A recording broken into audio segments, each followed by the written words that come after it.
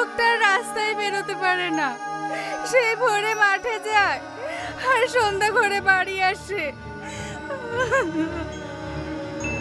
Hello বন্ধুরা, চলে আসলাম আপনাদের মাঝে নতুন আরেকটি ভিডিওর আপডেট নিয়ে। তো সবাই কেমন আছো? আশা করি ভালো আছো, আর আমিও ভালো আছি। তো বন্ধুরা, আজকে আপনাদের সাথে আলোচনা করব যে বিশ্বাস নায়কটির দ্বিতীয় পার্ট নিয়ে। বিশ্বাস নায়কটির দ্বিতীয় পার্ট কখন এবং কিভাবে আসবে সেটি আপনাদেরকে বলে দেবো এই ভিডিওটির মাধ্যমে।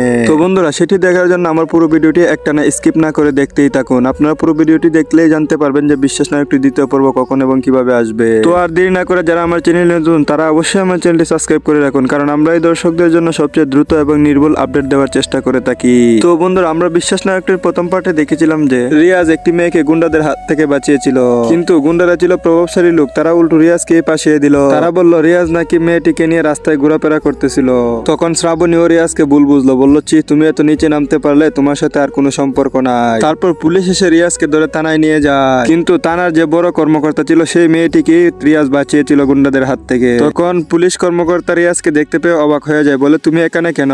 তখন রিয়াজ সবকিছু খুলে বলে। তারপর পুলিশ অফিসার রিয়াজকে নিয়ে বাড়িতে চলে যায়, কিন্তু সেদিন শ্রাবণীর বিয়ে হতে যাচ্ছিল আরেকটি ছেলের সাথে। তারপর পুলিশ অফিসার রিয়াজকে নিয়ে শ্রাবণীদের বাড়িতে চলে আসে। তারপর শ্রাবণী এবং শ্রাবণীর বাবাকে সবকিছু খুলে বলে। তারপর তারা তাদের ভুল বুঝতে পারলো। তো বন্ধুরা, নায়কটির দ্বিতীয় পার্ট অনেক আকর্ষণীয় হতে চলেছে। তো আপনারা কখন নায়কটির দ্বিতীয় পার্ট দেখতে চান অবশ্যই আমার কমেন্ট বক্সে জানিয়ে দিন। আমরা অতি দ্রুতই নায়কটির দ্বিতীয় পর্ব আপলোড দেওয়ার চেষ্টা করব। তো বন্ধুরা, আজকের এই ভিডিওটি আপনাদের কাছে কেমন লাগলো অবশ্যই আমার কমেন্ট বক্সে জানিয়ে দেবেন। তো সকলের জন্য মন থেকে দোয়া ও ভালোবাসা রইল। সকলেই ভালো থাকবেন, সুস্থ থাকবেন। আবারও কথা হবে কোনো এক নাটকের আপডেট নিয়ে।